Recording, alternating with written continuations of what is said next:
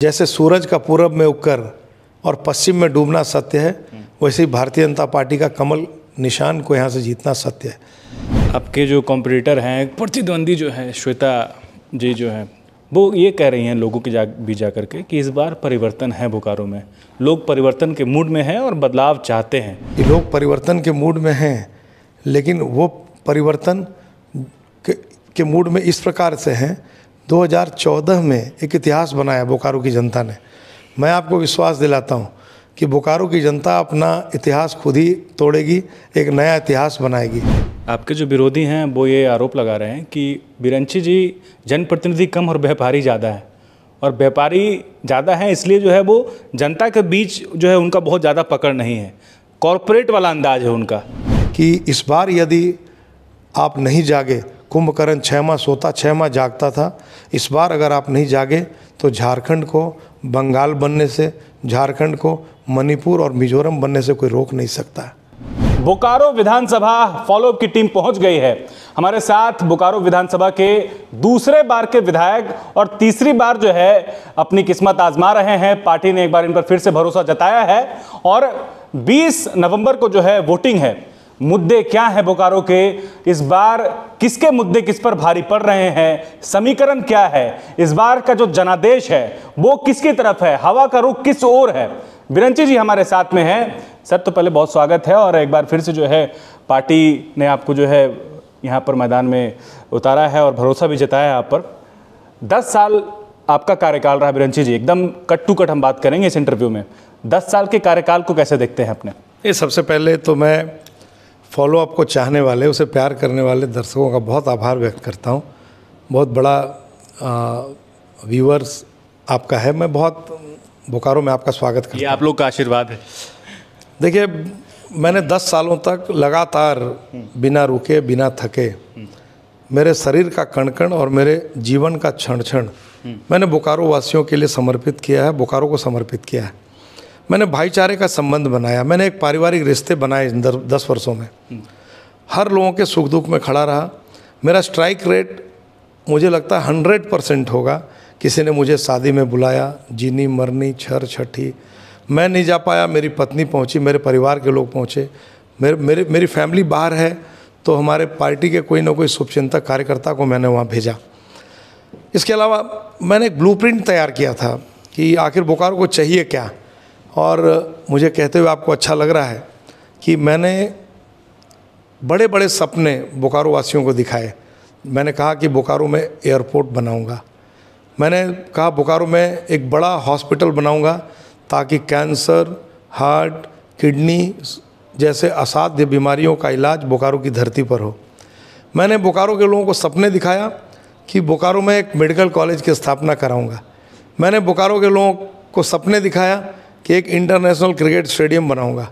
मैं बोकारो के लोगों को सपना दिखाया कि एक टाउन हॉल बनाऊंगा। पिछले आज़ादी के बाद 75 साल बाद भी बोकारो में एक टाउन हॉल नहीं था। मैंने बोकारो वासियों को सपना दिखाया कि जाम से मुक्ति दिलाऊंगा। और आपको कहते हुए अच्छा लग रहा है कि हमारा एयरपोर्ट बनकर तैयार है। हमारे एयरपोर्ट में भारत सरकार ने लगभग 75 करोड़ रुपए की राशि खर्च की है। लेकिन दुख इस बात का है कि राज्य सरकार जो हेमंत सरकार है, इनके निकम्मेपन के चलते हमारा एयरपोर्ट शुरू नहीं हो पाया। छोटी छोटी बातें हैं, छोटे छोटे काम हैं। पॉल्यूशन क्लियरेंस राज्य सरकार को देनी है, इन्वायरमेंटल क्लियरेंस राज्य सरकार को उसी की बात कर रहे हैं। हाँ, वही कह रहा हूँ कि जो राज्य सरकार को देनी है, लेकिन राज्य सरकार की इच्छा शक्ति नहीं है। वो इसलिए नहीं है कि यहाँ विधायक भाजपा का है, सांसद भाजपा का है। ये बहुत ही दुखद है। मेडिकल कॉलेज की नींव पड़ गई है। मैंने विधानसभा में लगातार इस विषय को उठाता रहा। सेल से 25 एकड़ ज़मीन दिलवाया। राज्य सरकार और भारत सरकार के सहयोग से मेडिकल कॉलेज की नींव पड़ गई, उसका काम प्रारंभ हो गया है। मेडिकेंट नाम का एक सुपर स्पेशलिटी हॉस्पिटल, जहाँ कैंसर, हार्ट, किडनी आदि बीमारियों का इलाज प्रारंभ हो गया है। 400 बेड का वो अस्पताल झारखंड बिहार का गौरव है। झारखंड बिहार नहीं, पूरे ईस्टर्न इंडिया का गौरव बना है। इसके अलावा मैंने टाउन हॉल यहाँ बनवा दिया, 1000 सीटिंग कैपेसिटी का town hall. International cricket stadium बने, उसके लिए JSCA को ज़मीन खरीदवाई मैंने। 20 एकड़ 17 डिसमिल सेल से दिलवाया। लेकिन कुछ राजनीति के शिकार हो गए हम लोग। स्टेडियम का काम शुरू नहीं हुआ, उसका भी काम आने वाले समय में हम लोग शुरू कराएंगे। गरगा पुल, गरगा नदी पर चास और बोकारो को जोड़ने वाला जो लाइफ लाइन कहलाता था, घंटों जाम रहता था मेरे विधायक बनने के पहले। मैंने प्रतिष्ठा पर लेकर उसके बगल में एक ब्रिज का निर्माण कराया। आज पिछले 8 सालों से जब से पुल बनकर तैयार हुआ, 1 घंटे के लिए क्या 8 मिनट के लिए भी कभी गरगा पुल जाम नहीं हुआ। आपको कहते हुए, आपके माध्यम से फॉलोअप के राज्य भर के दर्शकों को कहते हुए अच्छा लग रहा है कि मैंने गरगा नदी पर लगभग 1.5 दर्जन पुल बनवाए हैं इन 10 वर्षों में। मैंने अपने बोकारो को नेटवर्क का, सड़क के नेटवर्क का जाल बिछा दिया। लगभग 300 किलोमीटर सड़कों का निर्माण कराया।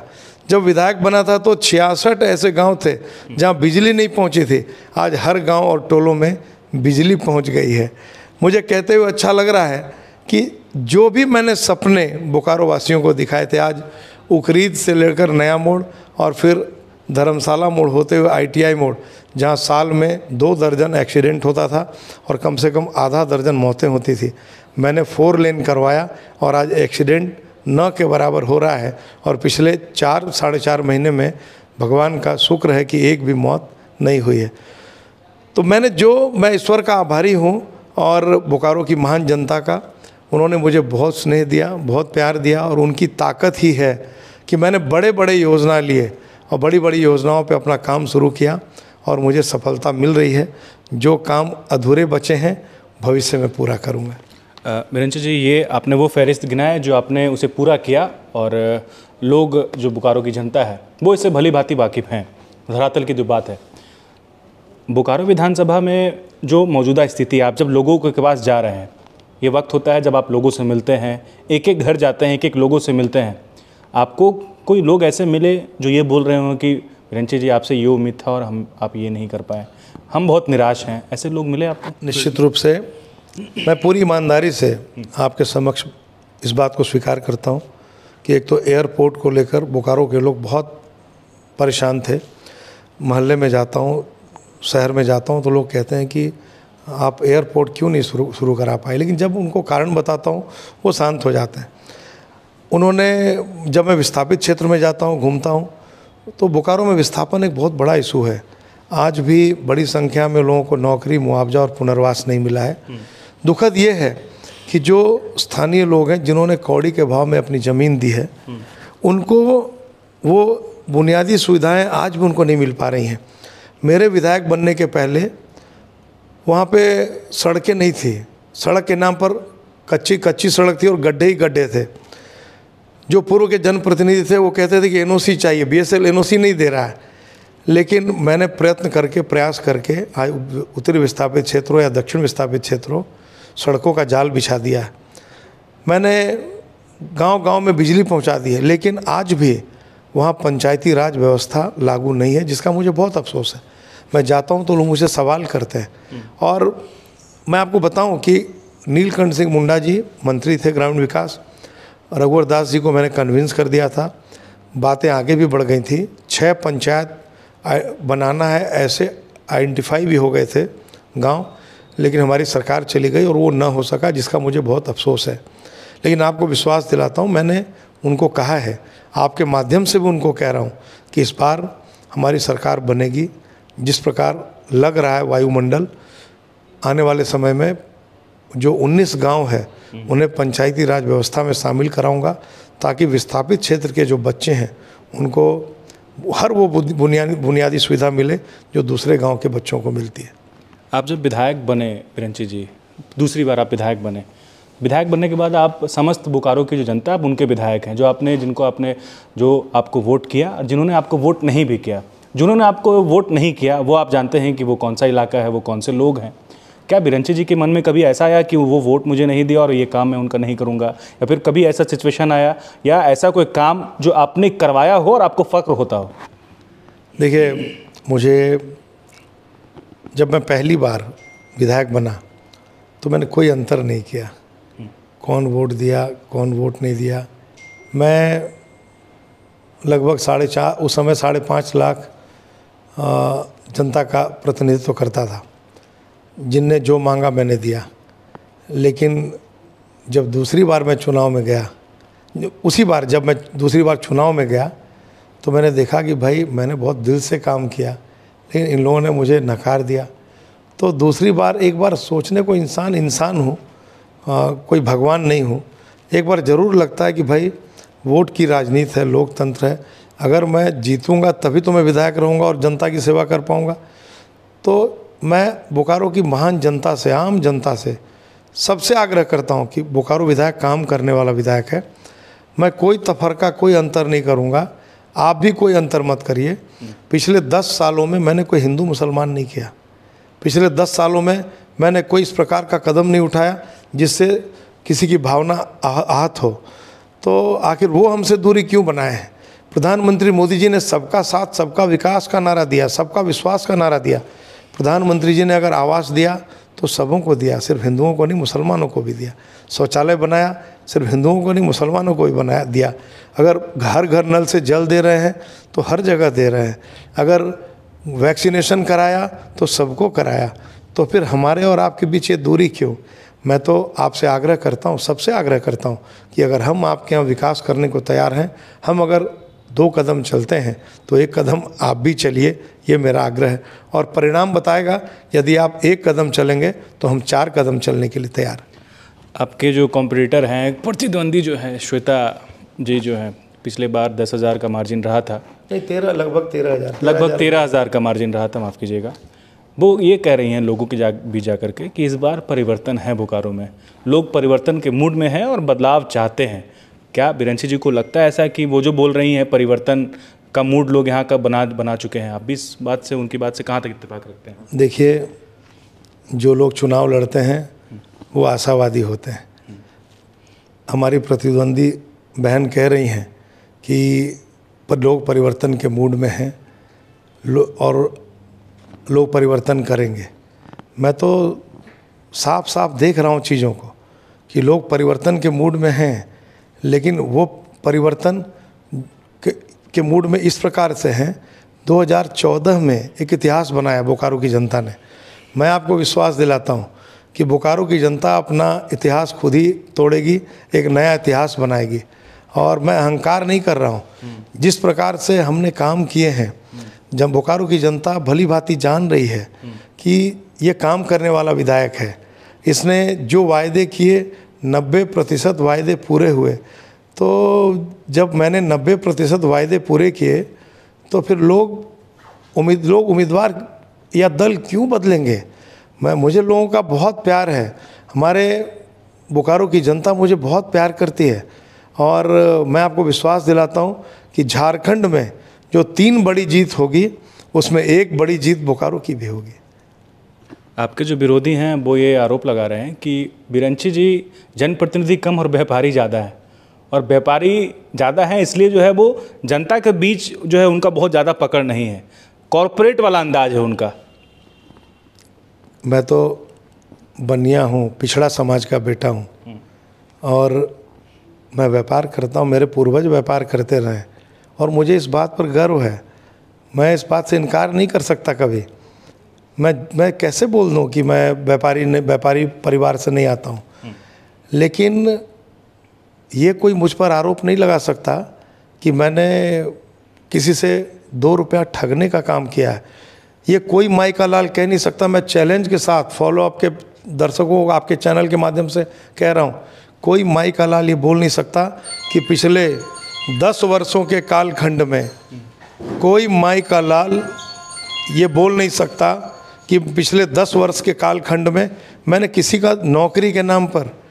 पूर्व के जनप्रतिनिधि क्या करते थे?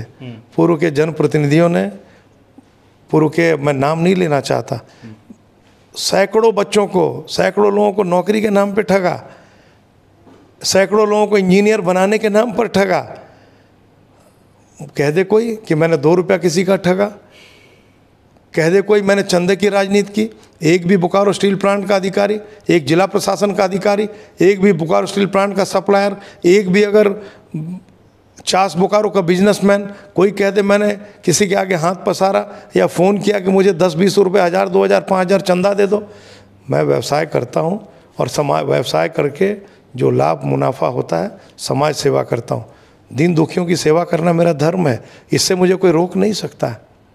चलिए, ये आपका आत्मविश्वास बोल रहा है और वाकई अगर ऐसा कुछ है तो ये अप्रिशिएट करने वाली बात है। बीरेंद्र जी, अब आ जाते हैं सरकार की जो ये 5 साल की कार्यकाल रहा। हेमंत सोरेन महागठबंधन के नेतृत्व में जो है ये सरकार 5 साल चला। बोकारो की जनता उनके कार्यकाल से, हेमंत सोरेन के कार्यकाल से कितना संतुष्ट हैं? आप जब लोगों के बीच जाते हैं तो वो हेमंत के कार्यकाल को कैसे देखते हैं? देखिए, बहुत दुख होता है जब एक नौजवान मुख्यमंत्री और लोगों के आशाओं पर पानी फेरता है। मैं आपको सिर्फ एक उदाहरण देना चाहता हूँ, या यूँ कहे 2 उदाहरण देता हूँ। आज मैं ईमानदारी से बात करता हूँ आपसे। मैंने कम से कम आधा दर्जन बार माननीय मुख्यमंत्री जी को उनके चैम्बर में मिलकर कहा कि बोकारो के एयरपोर्ट को शुरू करा दीजिए। माननीय मुख्यमंत्री जी, आपके बचपन बोकारो की गलियों में बीते हैं। आपने बोकारो की गलियों में साइकिल चलाना सीखा है, मोटरसाइकिल चलाना सीखा है, कार चलाना सीखा है, हवाई जहाज़ उड़ा दीजिए। बड़ा सा आवास पीछे भी है जहाँ उनके पिताजी रहते हैं। वही मैं कह रहा हूँ। तो उन्होंने कहा कि हाँ करेंगे, लेकिन शायद विकास उनकी प्राथमिकता में है ही नहीं।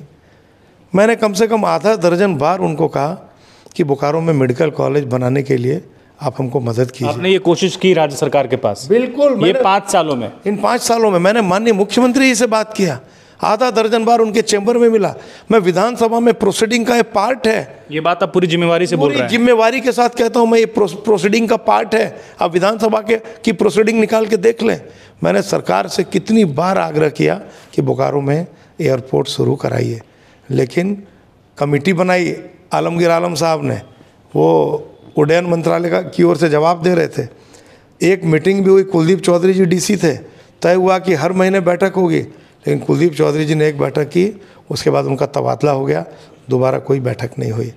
मैं क्या बोलूं आपको, मेडिकल कॉलेज बनाने की बात थी, मैं थक गया। आधा दर्जन बार विधानसभा में क्वेश्चन डाला। मैंने कहा ज़मीन मैंने सेल से दिलवा दिया है, जो मेडिकल कॉलेज बनेगा 60% राशि भारत सरकार की होगी, आपको तो सिर्फ 40% पैसे देने हैं, आपको परेशानी क्या है? लेकिन वो भी काम नहीं हो पा रहा था। मैं अरुण सिंह जी जो सेक्रेटरी हैं उनका आभार व्यक्त करता हूँ, थे अब नहीं है, और बन्ना गुप्ता जी का भी मैं धन्यवाद करता हूँ जिन्होंने इस विषय पर मदद किया। स्वर्गीय जगन्नाथ महतो जी का निधन हो गया था। जब मुझे लग गया कि मेडिकल कॉलेज बोकारो में नहीं बनेगा, तो मैंने ही जाके माननीय जगन्नाथ महतो जी के नाम से बने ये प्रस्ताव दिया माननीय स्वास्थ्य मंत्री जी को। मुझे इस बात की चिंता नहीं थी कि नाम किसका हो, मुझे लगा बोकारो वासियों को मेडिकल कॉलेज मिल जाए। मैंने कहा कि स्वर्गीय जगन्नाथ महतो जी के नाम से ही बना दीजिए, आप जाकर मुख्यमंत्री जी से बात कर लीजिए, शायद मुख्यमंत्री जी का मन पसीज जाए। और हमारे प्रस्ताव को लेकर तुरंत स्वास्थ्य मंत्री जी गए मुख्यमंत्री जी के पास, और मुख्यमंत्री जी ने सहमति दी, और उसी दिन विधानसभा में घोषणा हो गई। तो अगर उनके जेहन में विकास का प्रायोरिटी होता बोकारो को लेकर के, तो ये 2 उदाहरण है। बाद बाकी जिस तरह से भ्रष्टाचार में पूरा सिस्टम डूबा है, आज सब लोग जानते हैं कि अधिकारियों की बोली लग रही है, डीसी की बोली लग रही है, एसपी की बोली लग रही है, डीएसपी की बोली लग रही है, थाने बिक रहे हैं, अंचल बिक रहा है, प्रखंड बिक रहा है। जनता जाए तो जाए कहाँ? जनता त्राहिमाम कर रही है। आज बालू की क्या स्थिति है, आज पत्थरों की क्या स्थिति है। पहाड़ के पहाड़ संथाल परगना के साफ हो गए, खाई में तब्दील हो गए। झारखंड का खजाना, झारखंड का पहाड़ बिहार और बांग्लादेश पहुंच गया, बंगाल पहुंच गया। आज खनिज संपदाओं की लूट हो रही है झारखंड में, आज ज़मीन की लूट हो रही है। आज बाकायदा मुख्यमंत्री जी ने, इस सरकार ने अप्रत्यक्ष रूप से, अघोषित रूप से भ्रष्टाचार करने के लिए एजेंसी दे रखा है। किसी को बालू को लूटने की एजेंसी, किसी को कोयला की चोरी की एजेंसी, किसी को पत्थरों को लूटने की एजेंसी। झारखंड कहाँ जाएगा? कौन तारनहार होगा झारखंड का? झारखंड में सबसे दुखद ये है कि जिस तरह से बांग्लादेशी घुसपैठियों ने घुसपैठ कर रखा का एक, समझिए कि बहुत बड़ा दरवाज़ा खोल रखा है।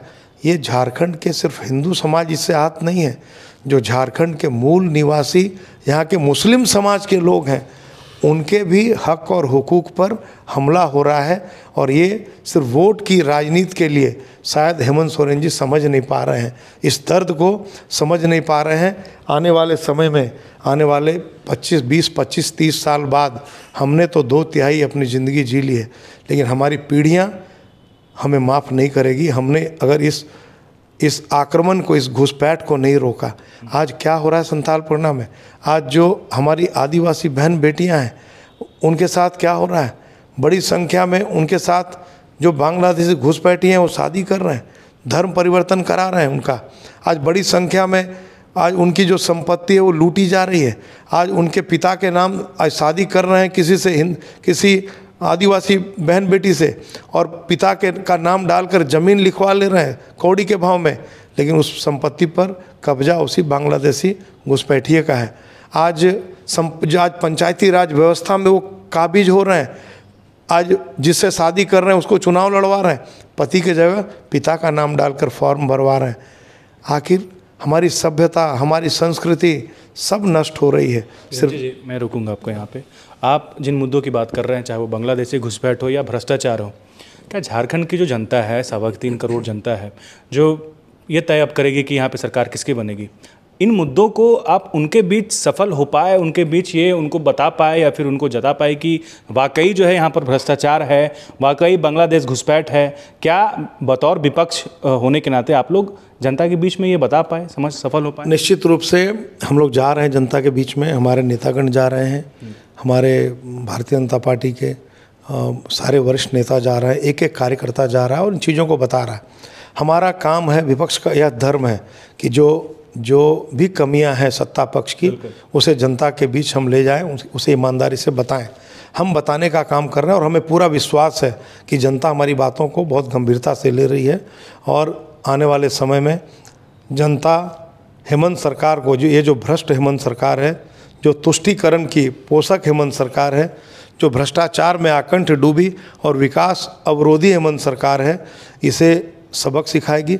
और 20 तारीख को, 13 तारीख और 20 तारीख दोनों तिथियों में जो मतदान होने वाला, विशेष करके मैं बोकारो की जो जनता है उनसे आग्रह करता हूं आपके चैनल के माध्यम से कि इस बार यदि आप नहीं जागे, कुंभकर्ण 6 माह सोता 6 माह जागता था, इस बार अगर आप नहीं जागे तो झारखंड को बंगाल बनने से, झारखंड को मणिपुर और मिजोरम बनने से कोई रोक नहीं सकता है। बोकारो की बात कर लेते हैं, क्या गणित बोल रहा है इस बार आपका? क्या है इधर जो समीकरण है वो आपके पक्ष में है या नहीं है? आपका आकलन कैसा है और कितने कॉन्फिडेंट हैं? देखिए, मैं आपको विश्वास दिलाता हूं और मैं कोई राजनीतिक बात नहीं कह रहा हूं। मैं जैसे सूरज का पूरब में उगकर और पश्चिम में डूबना सत्य है, वैसे ही भारतीय जनता पार्टी का कमल निशान को यहाँ से जीतना सत्य है। एक उम्मीदवार के रूप में मेरी कोई हैसियत नहीं है, मेरी कोई औकात नहीं है। हमारी पार्टी के जो हैसियत हैं वो प्रधानमंत्री मोदी जी हैं, अमित शाह जी हैं, नड्डा जी हैं, हमारे प्रदेश के नेता आदरणीय बाबूलाल मरांडी, अर्जुन मुंडा जी हैं।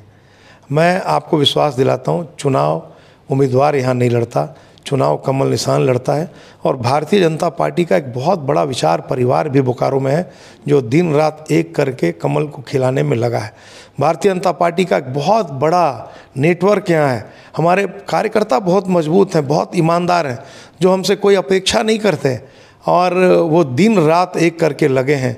जहाँ दूसरे दलों को, जहाँ कांग्रेस पार्टी को कार्यकर्ताओं का टोटा है, वहाँ हर बूथों पे हमारे 20, 25, 30 नौजवान ठाठ से खड़े हैं, मज़े लेकर खड़े हैं।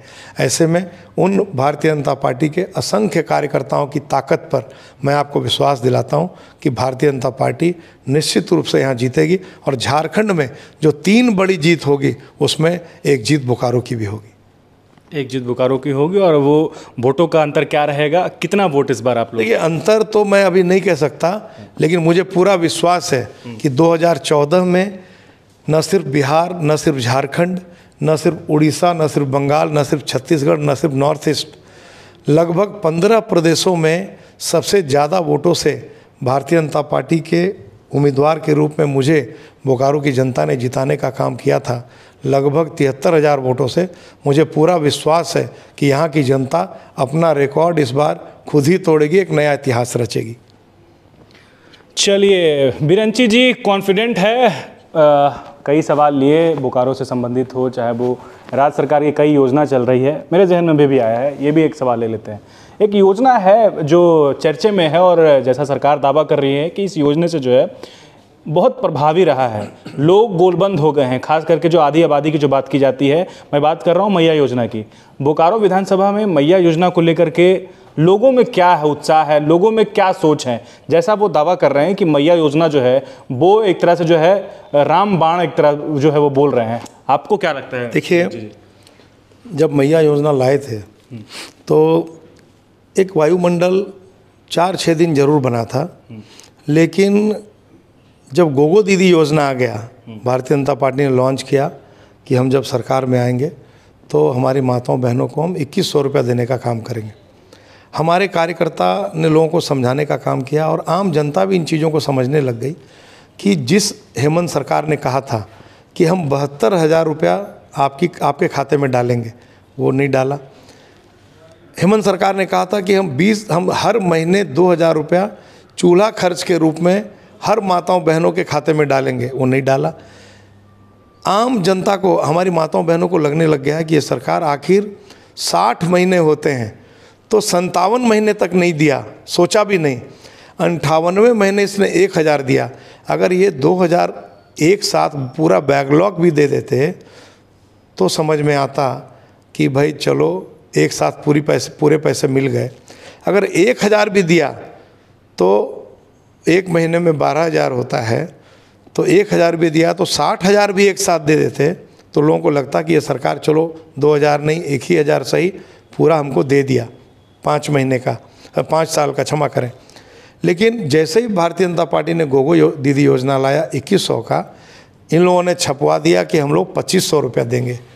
तो मैं तो पूछता हूँ झारखंड मुक्ति मोर्चा के मित्रों से और उन दीदी से, उन माताओं बहनों से पूछता हूँ कि आप झारखंड मुक्ति मोर्चा और कांग्रेस के लोगों को पूछो कि जब झारखंड मुक्ति मोर्चा और ये सरकार कह रही है कि हम 2,500 रुपया देंगे, किस महीने से? दिसंबर महीने से देंगे। तो जब आप दिसंबर से देंगे तो नवंबर में आपको देने में क्या परेशानी है?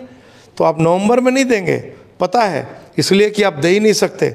आज जो 1,000 भी दे रहे हैं ना, वो इसलिए दे रहे हैं कि आपने पिछले 5-6 महीने से कम 2/3 दिव्यांगों का विकलांग पेंशन काट दिया है, बंद कर दिया।